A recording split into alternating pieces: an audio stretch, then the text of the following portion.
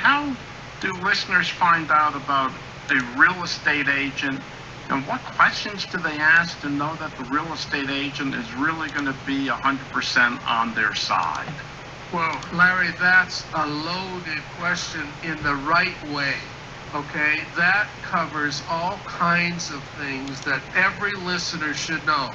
However, the however is, it would take a whole show or 3 to cover that, or the boot camp, okay? I'm going to say it this way. At the boot camp, we pass out a single sheet of paper that has over 30 pertinent, good questions to ask in an interview. Remember what the main topic is of, and the underlying topic, I should say it that way, of those questions, Larry? Do not telegraph your answer when you're asking and interviewing an agent questions. Do not telegraph your answers. These agents have a sixth sense, and they also get trained on how to out-interview. They get trained on how to out-interview you. And they learn, oh, they're telegraphing. They want me to say their house is the Taj Mahal. And they pick that up if that's how you feel and you've expressed it. And then they play into your ego and into your Taj Mahal mentality. And you list with the wrong agent. And then 6 weeks later or 6 days later, your house is still for sale and it hasn't sold. When we come back, Larry, after you give your view, during your view coming up after this break, let's give some of the real data that is out there, and it says how important it is to interview for a top agent. But Larry, I would encourage everybody who wants to know how to do the interview to come to the boot camp or call us at any time, text us, and we'll return the call, and we can send you that document and talk to you about it over the telephone, because it has some very pertinent questions. But the great thing about the boot camp, Larry, we could follow it up with the follow-up questions and the comments, and we can't do that always on the radio show, and certainly we don't have time to cover it today. But thanks for bringing that one up, Larry. That's major. And all of our listeners, in these next 3 weeks that we're going to be focused on you, the home seller, you should be free to send us, text us any questions you have that you'd want us to cover about the interview process or any other aspect of listing your home. This is Barry Miller along with Sherry Cinnamon and Larry Stanley. We are the Barry and Larry Show. We are, for you, the home sellers and buyers. Our 3 focuses are always fair and flexible commissions in all circumstances for you as a seller, maximum 90-day listing contracts, that's the active time period of marketing your home, and also number 3, 100% loyalty 100% of the time. I've got a couple of questions that kind of work with my view, Barry, if I may. Sure. Would you elaborate a little bit on the 3 main commitments, Barry? That we're using today, right? Yeah, for right. sellers. For sellers. For sellers, I should have said that, yes. Fair and flexible commissions, that's number 1. But you know, the bottom line, the byline, is no more 6% commission ripoffs. That's me calling 6% commission a ripoff. Why? Because I think it is, and I'm entitled to my thought. However, why I think it is because most agents don't work hard enough for that kind of money. Larry, what is the median price in the Denver marketplace? $500,000. And just about how much is it in Colorado Springs in round numbers? $400,000. $400,000. Let's take Colorado Springs, because a couple of you callers, I'm going to respond to your questions. We're getting text questions, keep the show live, about the Space Command, okay? And how that might affect Colorado Springs, might affect Colorado Springs. It might not either, okay, even if it doesn't get changed, which is underway to be turned around. But 400,000 times 6% is 24,000. Larry, what do you say about that as a seller? 24,000 of commissions going out.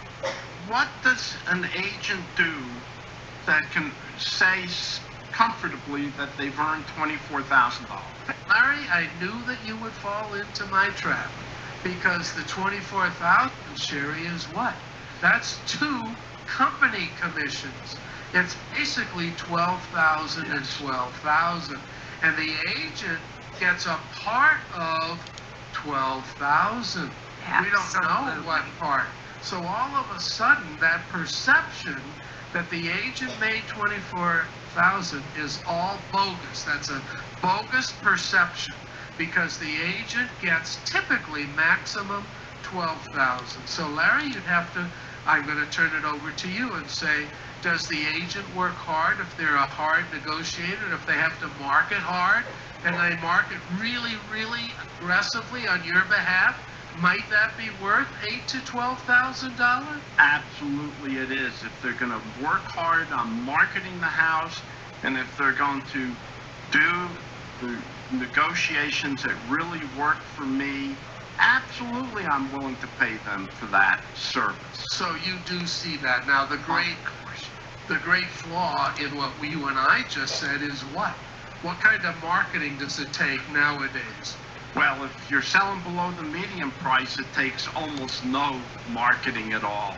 There's so much demand and so little inventory that, you know, for example, in Denver, the inventory will be sold in 12 days. Yeah, let's talk about that, Larry, and let's talk about Colorado Springs, because of the callers who called in and asked us about Colorado Springs. By the way, this is Barry Miller speaking. I do not think the Space Command decision is anywhere near over, okay? I don't either. So none of us are holding our breath that Colorado Springs is going to lose out to Alabama. But should that happen, Colorado Springs is not going to be hurt much anyway, because it still has such, what? NORAD, North American, Defense Center, and it's still going to be a key element to the Space Command no matter what. It's not like Space Command is shutting down, going away like it never happened. That's not how the military works. Too much has gone into it. So I do think it's a better than 60-40 chance that Springs will get back the Space Command Center. But even if it doesn't, it's not going to be much of a loss. But now let's talk about the days of inventory in Colorado Springs. The entire Colorado Springs market has how many days of inventory? 8 days. If any home is listed in Colorado Springs, statistically it means there'll be no inventory in 8 days from now. But 8 days is the average, the median, the center point. On most homes, how many days of inventory is there really in Colorado Springs? I'm talking about under the median price. The median price is $390,000 to $400,000. Under $400,000, ladies and gentlemen, the number of days of inventory in Colorado Springs is not 5, Larry, not 6, 4 or 3. 3 or 4 days of inventory in Colorado Springs. Oh, you think Denver has a lot more inventory? Wrong. 500,000 is our median price, and under 500,000 we have 5 or 6 or 8 days of inventory depending on your price range. Larry, I don't think we've seen a lower inventory in the last 5 years. So Colorado Springs, don't fall into the trap that it's all bad news currently, because nothing is slowing down the marketplace. Sherry, 3 days of inventory. I'm just stunned at that. I would have said 30 days still. And you looked at me and you said, Sherry, no. and you showed me the raw It hasn't been data. 30 You pulled for this up, and years. I'm like, wow. It hasn't been 30 days for years. I guess I've just been so busy out there showing it. Yeah, well, and you're in the Denver market Yes. primarily too, where we have had, even this last year, 2020, we had a couple weeks where it was 27, 28, 29, 30 days of inventory. But now it averages in Denver, 12 days of I inventory. saw that. But the median price and below, which is half the marketplace, 500,000 and below, one price range is 8, the others are 5 and 6 days of inventory. Larry, and then we have to take One a break. quick message that I'd like to leave to people who are thinking about selling their home. How can you beat 5 to 7 to 10 days on the market to sell your home? This is a time for you to think seriously if it meets your wants and needs. And Larry, that's why the Barry and Larry team have a process for the marketplace that we're in. And it is not put it on the market and sell it. It's put it on the market with a detailed what? Marketing plan. And a detailed auction bidding war marketing plan to maximize the seller's interest. It is not average, just, oh, well, we'll list it at this price and we could get that price. Larry, our last home that closed recently had 2 other top-notch realtor competitors give that seller what they wanted to list the house for, $40,000 and $80,000 lower than what we listed it for, and we sold it $40,000 above our list price by design, because our list price included some cushion to get attention and get a bidding war. And yes, you all owe it to yourself to come to the boot camp March 6th if you can wait. And by the way, we hope you can. We never push you. Our mantra is, you know, only sell when you have analyzed your situation and the benefits of selling exceed the benefits of not selling. So come when you can. If you can, on March 6th, boot camp, 10:30 to 12:30. Get your reservation in now. Many of you are. I see the phones are lit up, by the way, a lot. 303-888-3788. We're going to take our last break, and then we're going to come back with Sherry's eye-opener. When you are a home seller, make advanced preparations whenever possible. We are back. This is Barry Miller along with Larry Stanley, the consumer guy.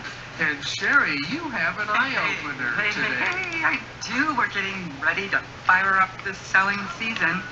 If you're thinking of selling your home, make a plan and put it on paper. Before you start to declutter or make repairs, ask yourself, why am I considering the move? Start by exploring your primary motivations, the pros, the cons, staying a while longer as averse to selling right now. Consider market trends and always consult a professional. A skilled and caring real estate professional will help you decide.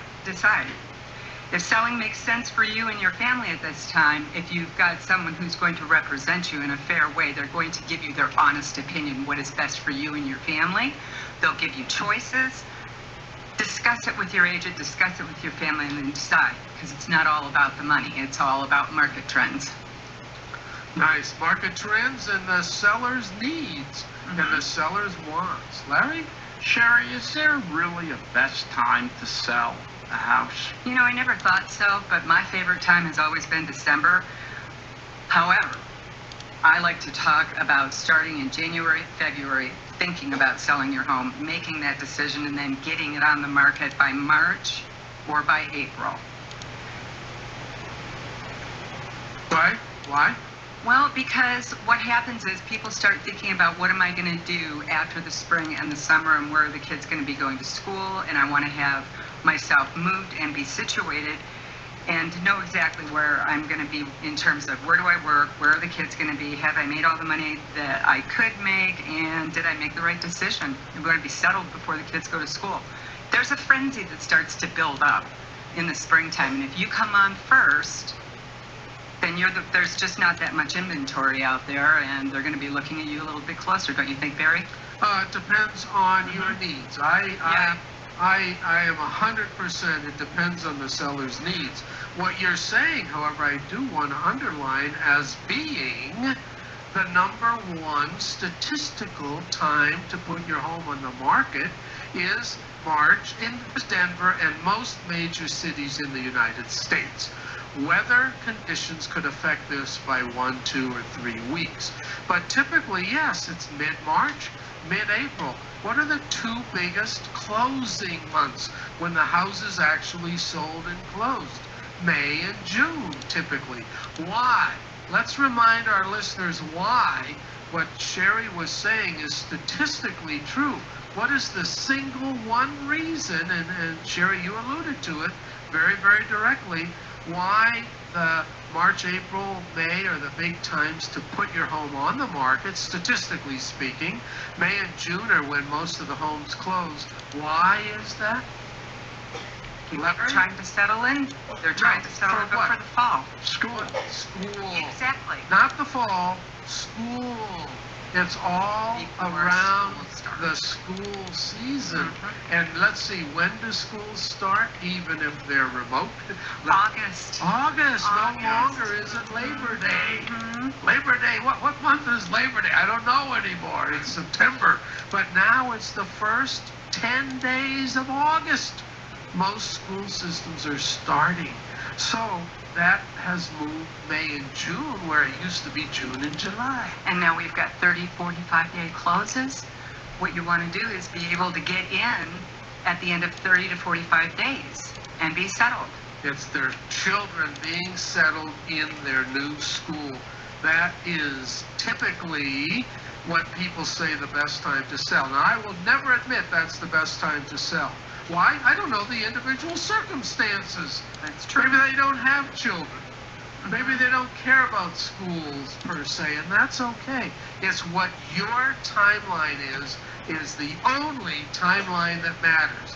Not what we know and what you know and just heard us say. The statistically biggest time, list that home, March and April, and then May and June. For selling. And then yet, Sherry, you said December. And my favorite time for buyers, statistically speaking, is December. Why? Because so many sellers have given up. The real estate agents, so many of the good ones, and there are so many good ones in our front range, by the way. Let's remember that. There are. So many of the good ones have taken off on December. They may be out of town for 3 weeks because it's December, holiday season, etc. They've met their annual goals, and so it's a more relaxed time to be a buyer. I always think it's a great time to be a seller and a buyer in December, but there again, underline it, only if that timeline meets your best interests as a consumer. Yeah. Well, Sherry and Larry, we've covered a lot today, and our theme has been Barry and Larry's top 3 commitments to home sellers. Any final words you want to share with and for our listeners today, Sherry? I do. You know, when you are talking to that real estate agent that you want to hire, the one thing that I would ask about is, what's you unique to the rest? What makes you unique? You as a real estate agent, what makes you unique in your approach to marketing? There you go. Larry? Well, I'm going to just say bye-bye for now.